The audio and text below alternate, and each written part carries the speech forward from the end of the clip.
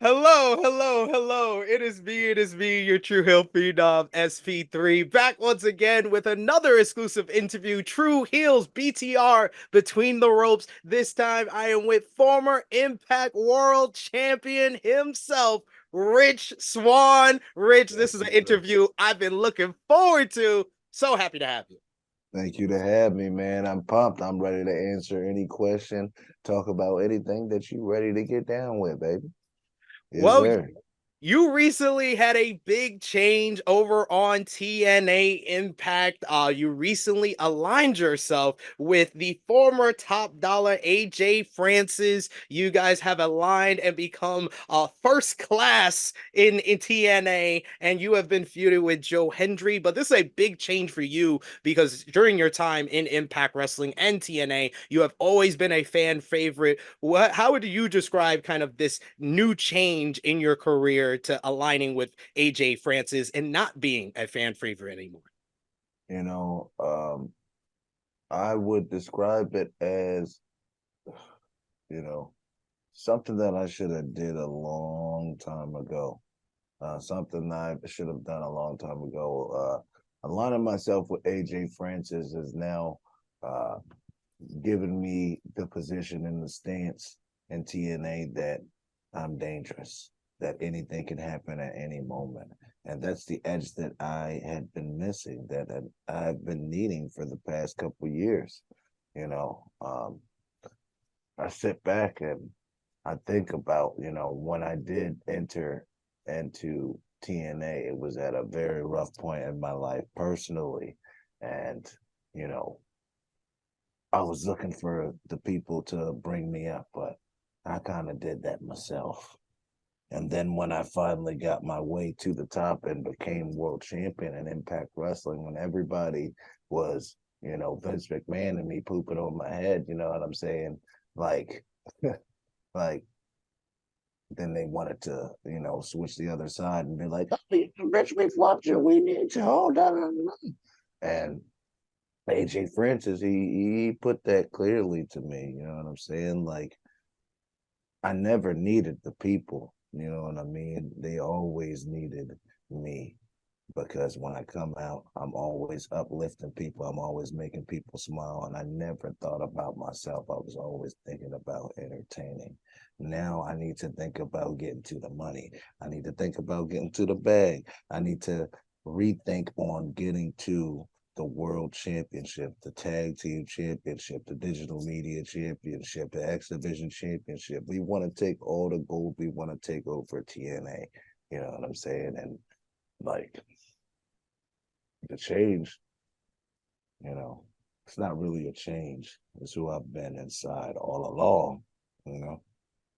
Yeah, I kind of having to put on a face to entertain the people out there, and kind of And AJ entertain the masses. AJ kind of bringing you into the light. Kind of, how would you kind of describe this kind of partnership that you have with AJ Francis, and what do you think about his addition and what he brings to TNA with his history? Being over in WWE as well as in the NFL, he's been on these huge platforms. What do you think he brings to the TNA brand? For, you know, lack of a better term, star power, you know. He's nothing but a star.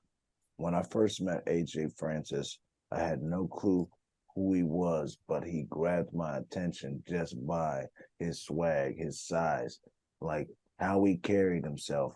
And the reason why we're first class now is because when we first met, we were both sitting in the back of the plane. We were sitting in the back of the plane together, and I looked over at him and I said, dude, have you ever thought about being a wrestler, man? Because you like 300 pounds, 6'5". Like, bro, you need to be in a, like, I need to hit some. Well, actually, and this is what he's saying, actually, I'm going down for a tryout right now. And I'm like, what? Yo, this is crazy. Like, I'm a wrestler. You going down for a tryout. The Lord works in mysterious ways. Lo and behold, 6 months to a year later, I turn on the TV, bam, there he is on television, just being the superstar that he is, killing it. You know what I mean? Um, and you know, fast forward with our paths crossing here in TNA, you know what I'm saying, with that relationship with, you know, things like that happen for a reason. And then with us being put together and with that type of relationship, there's going to be so much golden special moments that nobody's ever going to forget. And it's just based off of when you look at somebody like AJ Francis, you think that he might be arrogant towards the business, but that dude is as passionate about this business as any professional wrestler that I've ever seen. You know what I mean? And when you see that type of passion, that just takes you to the top. Absolutely agree with you there. And you guys seem like you have that destination in TNA, and there's a lot of changes that's been going on with the TNA brand. And this is your first time you've been in Impact Wrestling dating back all the way back to 2018, but this is your first time underneath the TNA brand. What has been kind of the difference in comparison to your previous 6 years with the company to this rebirth of the TNA moniker in 2024? You know, it's brought so much, you know, eyes back to the product, you know, kind of lapsed wrestling fans that, you know, possibly fell out of watching wrestling because they were tired of just being served one flavor, you know. Um, and now that there's multiple varieties of flavors out there, and TNA being one of them, and with TNA being a spearhead for, you know, the type of fan that was looking for that alternative, you know what I'm saying? TNA was the original. After ECW and WCW were eliminated by the WWE in 2001, there was a whole year of, you know, there was nothing else to watch if you were a wrestling fan. Or if, you know, because my brother was a huge tape trader. So I knew FMW, Wing, all those promotions. Like by the time I was 8 years old, I was already up on game. So, but to the casual wrestling fan, the only thing that they're going to think that they have an option for is WWE. And when it rolled around and TNA came around, that was the savior. You know what I mean? For a lot of wrestling fans. And it, you know, put a lot of people on. Like I said, Alex Shelley, Chris Sabin, Christopher Daniels, Frankie Kazarian, Samoa Joe, AJ Styles.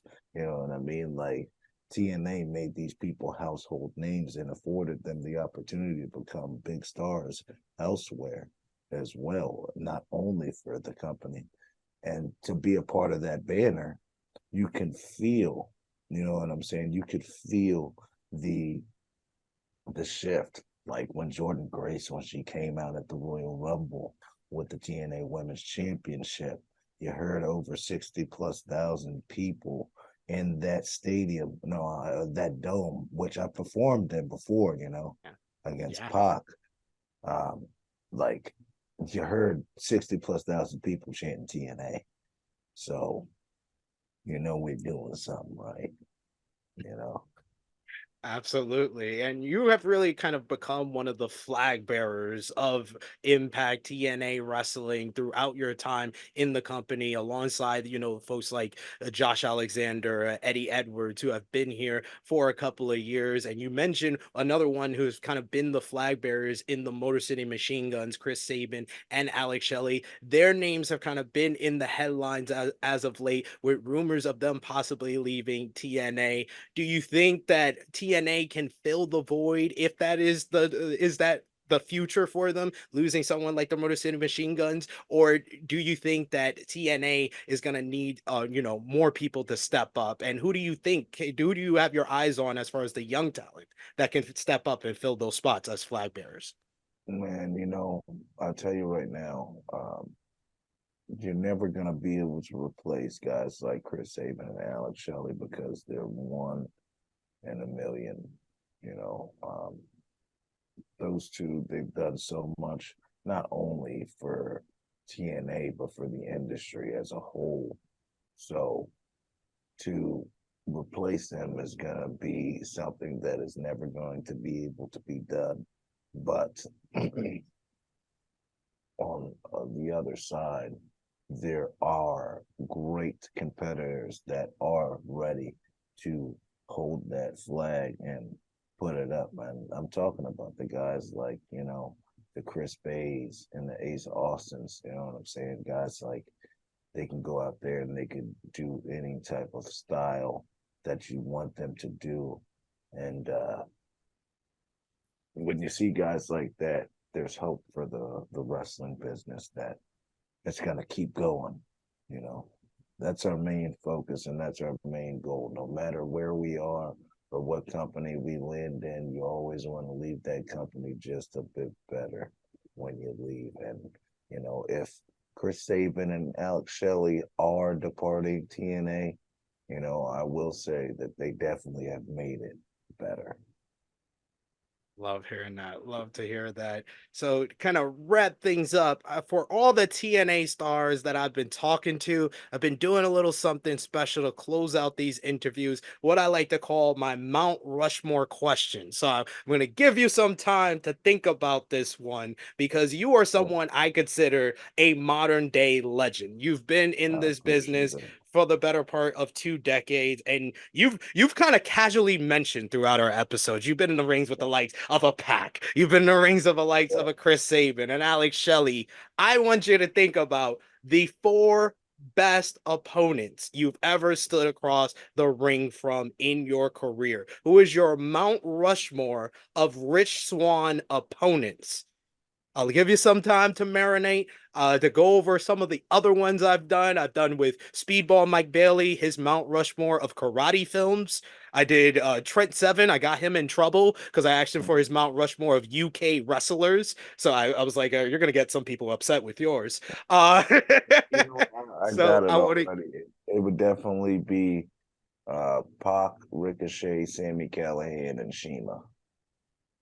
That is the fastest anyone has ever gave me an answer. Because Wow. I'm sitting back here, I'm thinking about all the matches that I've had and all the experiences, and I've wrestled Pac all over the world. I've wrestled him in Japan. I've wrestled him in the UK. I've wrestled him in WWE on the biggest stages. Um, Shoot, freaking Ricochet. What can I say? Well, again, we've tagged all over the world. The one thing that I always wanted was to have the inner city machine guns versus the motor city machine guns. Ricochet and Rich Swann versus, Alex Shelley and Chris Sabin at either TNA or WWE. It was always one of our dreams, or against the American Wolves, Davey Richards and Eddie Edwards. But God dang, I forget I'm not on social media, so forgive me for saying the name Davey Richards if but but yeah, and then like with Shima, it's like, bro, he he helped me like get to where like I am, like just based off of, the way he would treat me and talk to me and, guide me throughout, not just in wrestling, but, outside of wrestling in life, teaching me how to be a responsible person when it comes to business. Um, but yeah, like those are definitely my four for the Mount Rushmore. I'd probably, if I had to replace anybody, I would, intertwine between Shima and Shingo because that's another Yeah. person that, like, when I think about the matches that I had with him, like performing in front of 10,000 people, getting clotheslined, at Dragon Gate at 20 years old. I can remember those moments and sitting back thinking, damn, I'm in a packed arena, a packed house. I'm in here with a reputable name. If this is the biggest I ever get, especially, with, our people, my size, my stature, it's a very hard business, you know. And at those moments when I sat back and thought about that, I'd be like, man, if this is where I make it, this is it. But yeah, those four though, definitely. Absolutely. And I gotta say, your rivalry with Sammy Callahan, that was when I really was like, yeah, they got something big in Rich Swann and Impact Wrestling. That was like the story that really gave you a different layer to your character work. So I'm glad you also mentioned Sammy and that Mount Rushmore Definitely, as well. definitely have to. If there wasn't a Sammy Callahan, there wouldn't be a Wild Boar. There wouldn't be a Pete Dunne. There wouldn't be because there's so many guys. You know what I'm saying? From the next generation after us that modeled their style and that copied their look or just took little things from Sammy Callahan that what I'm saying like just shows how influential that man was from the early 2000s from like 2005 up until until now even like he's got the company wrestling revolver going nuts right now. So Awesome. yeah, Awesome. he's Thank definitely you so much, Rich. This is an interview I've been waiting to do. Like I told you before our interview, we met each other in Chicago, but I really wanted mhm. to kind of talk to you, have an interview like this. So thank you so much for your time. And I want to give you the opportunity to let everybody know where they can catch some TNA wrestling, whether that be TNA Impact on Access TV or TNA Insiders or TNA Plus. Let everybody know where they can catch you. Hey man, well, to be matter of fact, I actually don't have any social media. I'm off the grid, as they say. So that's the only places that you'll be able to catch me is on TNA Plus, on DAZN, on Triller, on goddamn, what other goddamn going? Oh, YouTube Premium on the TNA YouTube Premium. That's where you can catch Red Swan. But if you happen to want to get in contact with me, it has to be human interaction, baby. Yes, sir. The best right Yes, here. sir. Yes, thank, sir. thank you so much to Rich Swan, and thank you to all of you for watching. This has been True Heels BTR Between the Ropes with former Impact World Champion Rich Swan. It is me, your True Heel Phenom SP3, signing off until next time. Peace.